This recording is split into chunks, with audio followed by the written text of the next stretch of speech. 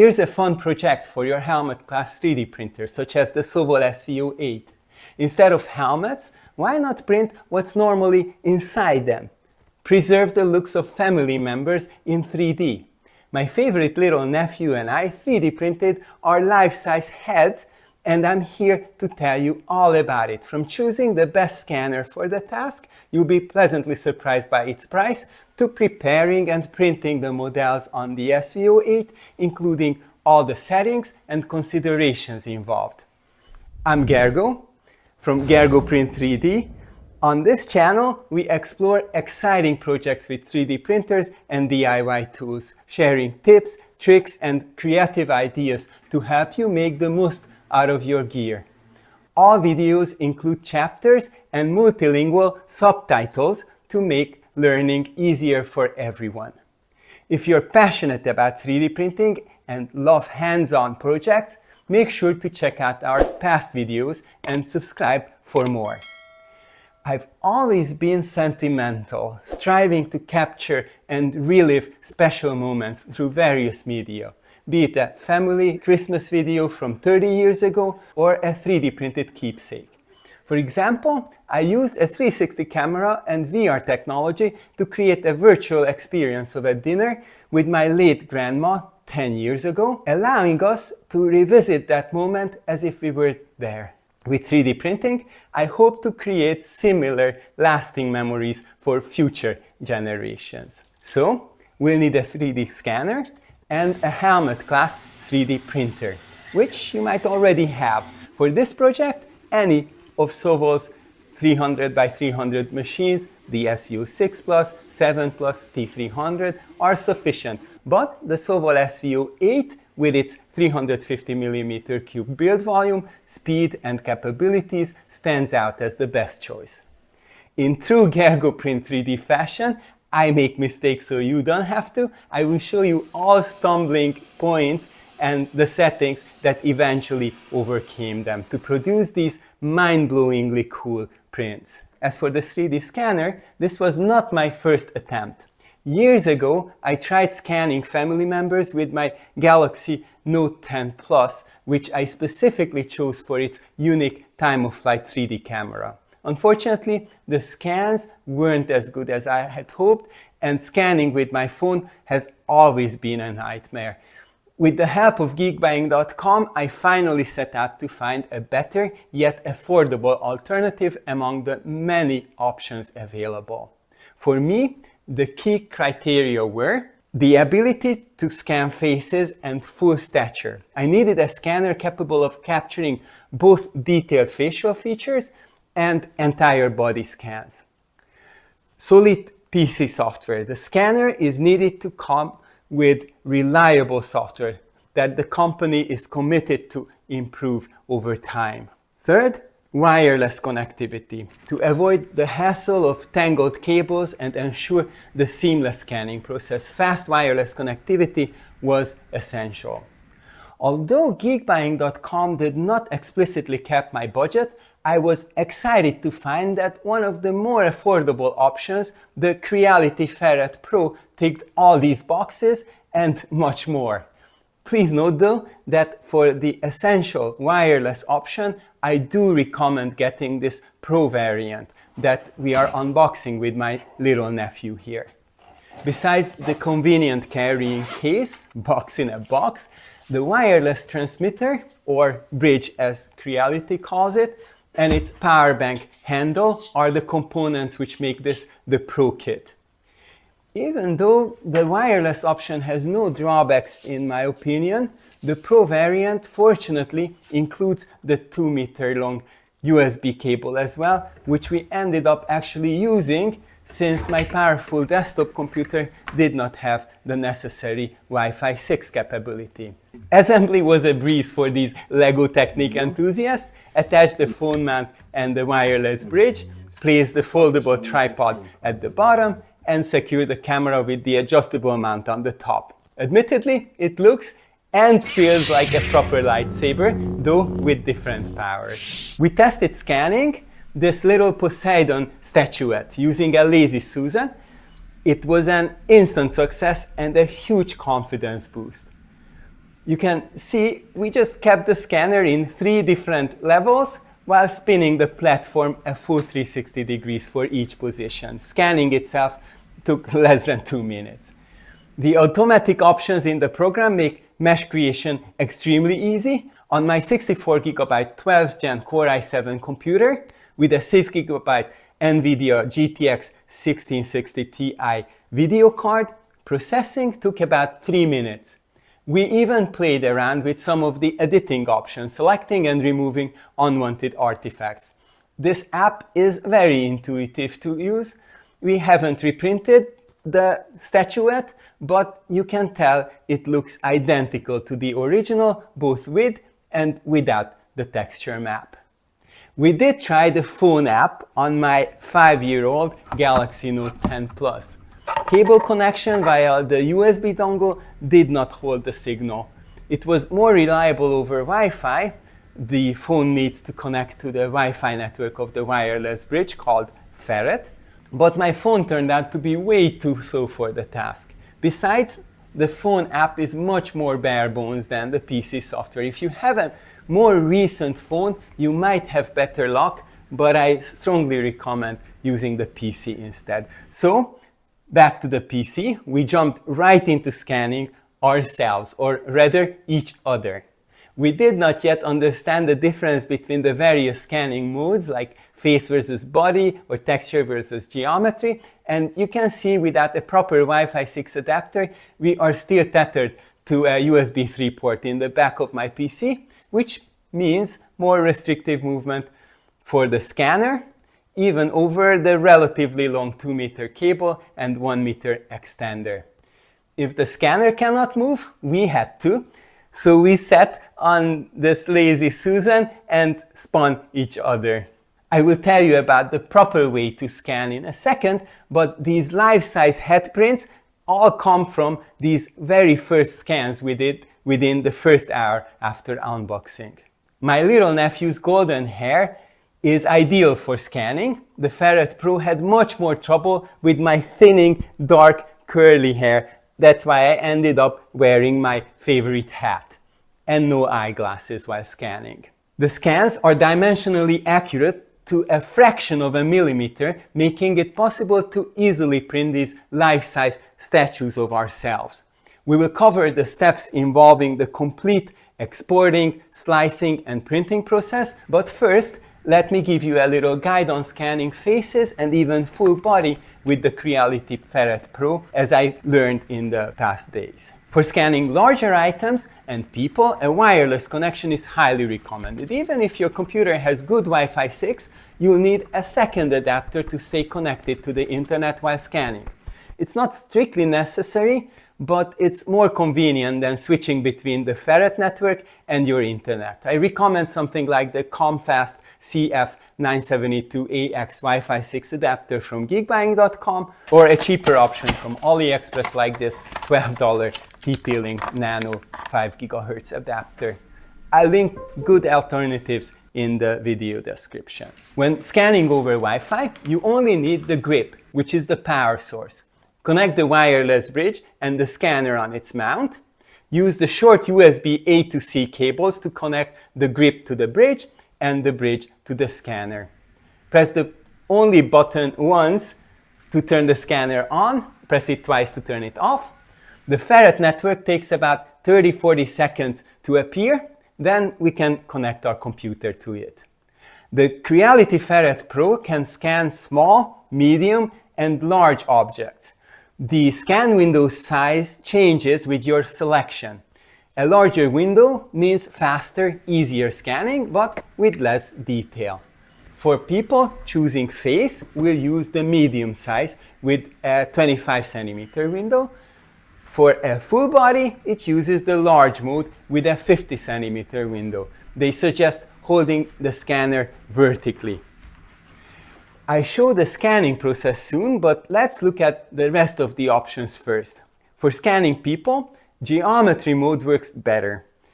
If you lose tracking often, you can try texture mode instead. For accuracy, I recommend fast mode because high quality slows the frame rate too much. I think this controls the number of points captured per frame.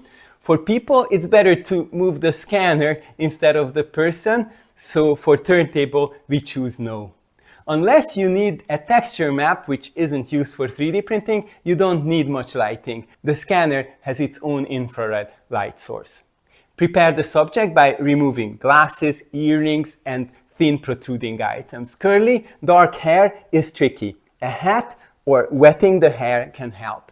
For kids, it's easier if they close their eyes. Choose a pose they can hold for 2 minutes. Anchor limbs by sitting or standing with feet slightly apart and arms or hands folded or by their sides. The distance indicator on the screen shows the distance between the scanner and the object. Keep the vertical scale in the center green optimal area.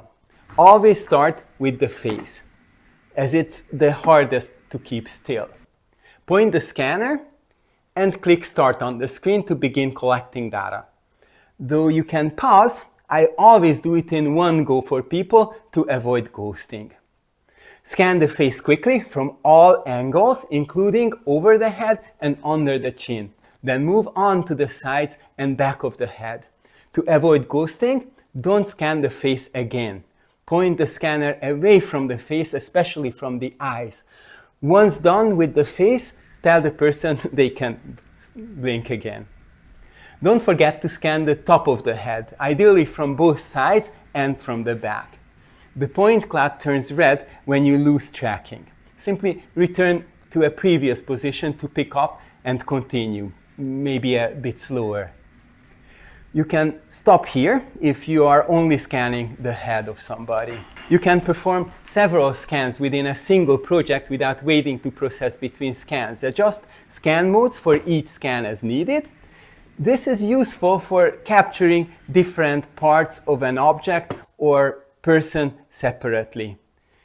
Afterward, you can decide to process each scan individually or even merge them as needed, though merging might not work well for people. It's for scanning inanimate objects, which we'll do in a future video. Some has actually complained about the lack of an undo option after merging, but I found a workaround.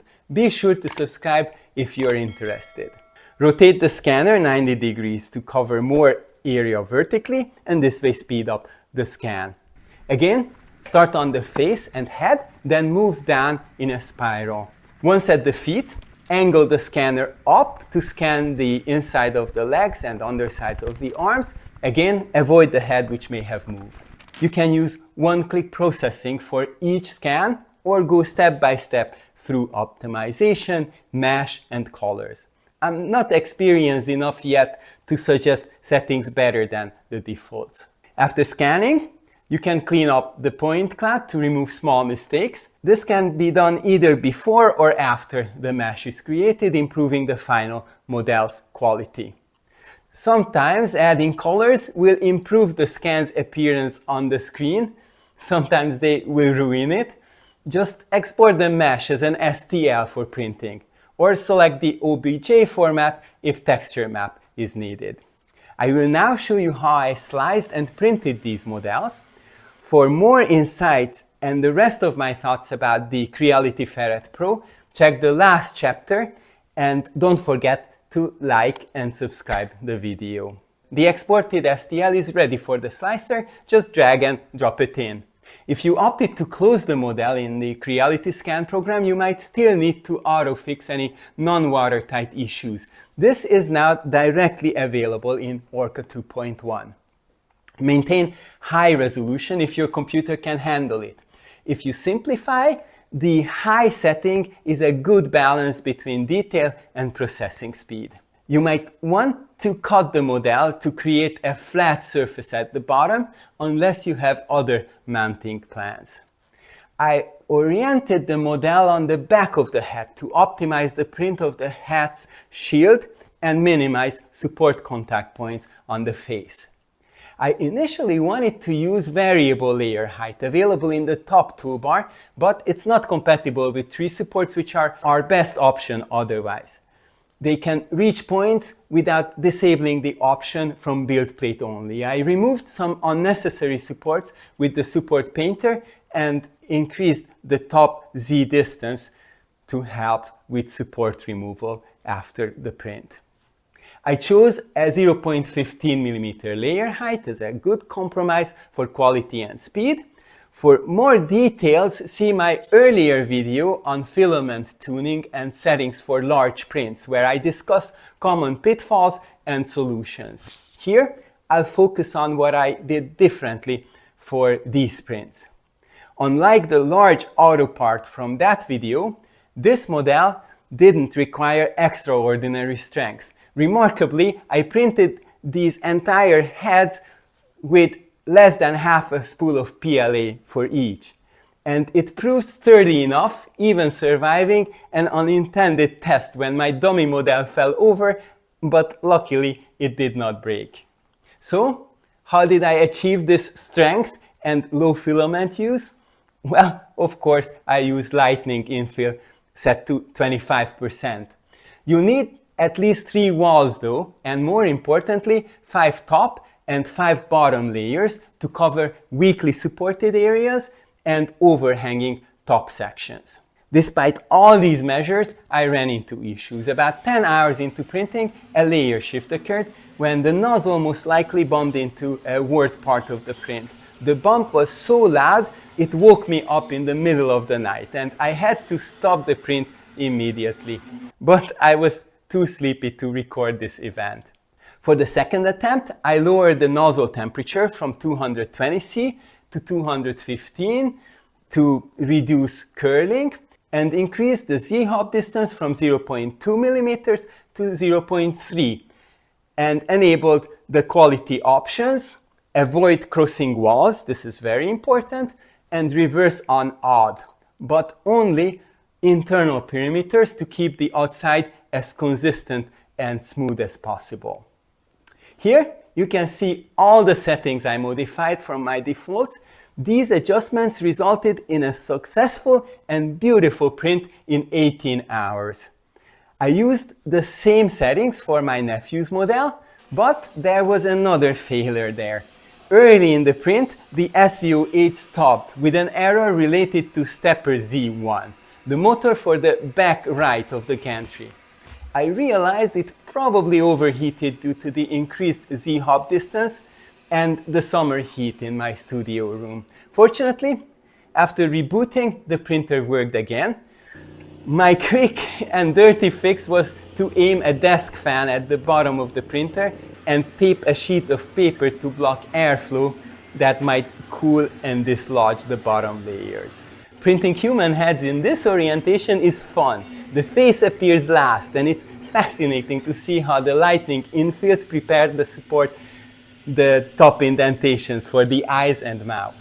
My nephew's head took 22 hours to print. You can imagine he was thrilled with the result. I'm very grateful to have all this equipment for this project. The SV08 from Sovol and the Creality Ferret Pro from Geekbuying.com.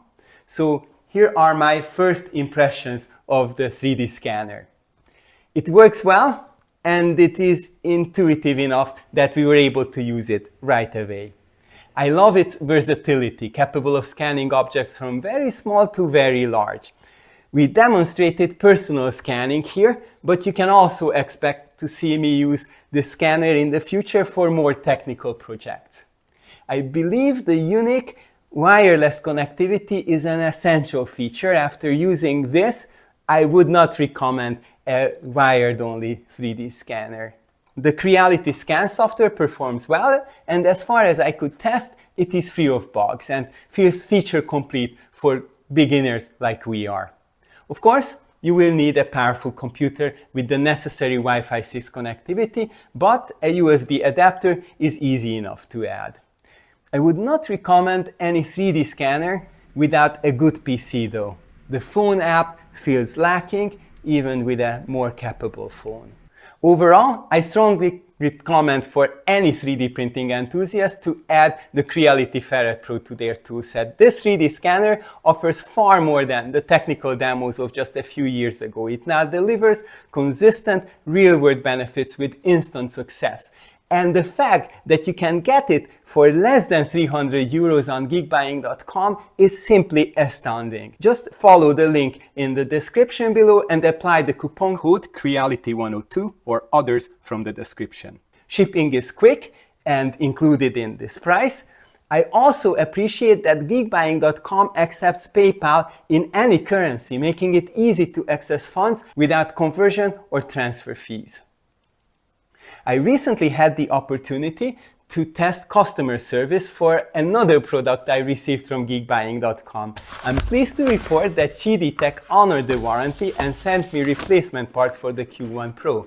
I'll share more about this positive experience in a video soon. We've also received some exciting devices to test and review from Acmer and Algo Laser, which we'll be using in our upcoming projects. Just today, I received the new nozzles for my SV08 from Sovol, including sizes ranging from 0.2 to 0.8 millimeters, as well as a few upgraded PETG-ready nozzles. Do you remember this line from my T300 review? This is clearly a high-flow nozzle, but not compatible with the nozzles of the T500 or Sovol printers. I wish the company provided some adapter or converter for standard volcano nozzles. Maybe they will in the future. As an SV06 Plus and 7 Plus user, I'm thrilled with this upgraded nozzle. Now, all my Sovol Comgo printers can use the very same high-flow nozzles. I can't wait to test and share this exciting development with you. If you haven't yet, be sure to continue with this video about big prints on the SV08, or pick from this list of similar exciting projects we did with my little nephew. So, with all this in mind, go print 3D.